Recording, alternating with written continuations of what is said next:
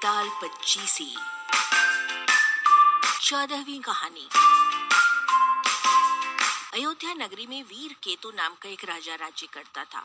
उसके राज्य में रत्नदत्त नाम का एक साहूकार था, जिसकी रत्नवती नाम की एक लड़की थी जो बहुत सुंदर थी। वो पुरुष के भेष में रहा करती थी और किसी से भी ब्याह नहीं करना चाहती थी। उसका पिता बड़ा दुखी था इस बात से।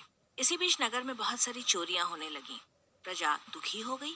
कोशिश करने पर भी जब चोर पकड़ में न आया तो राजा स्वयं उसे पकड़ने के लिए निकला।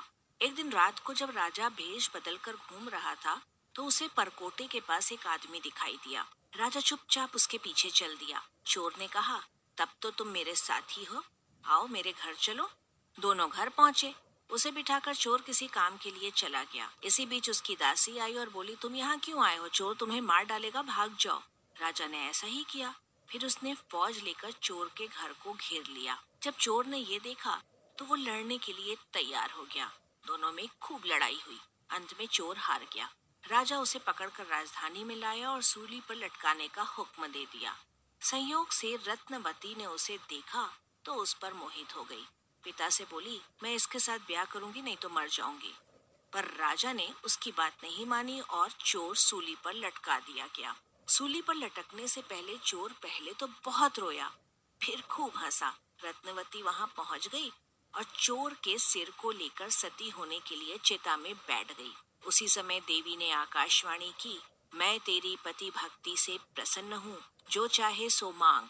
रत्नवती ने कहा, मेरे पिता के कोई पुत्र नहीं है, सो वर दीजिए कि उनके 100 पुत्र हों।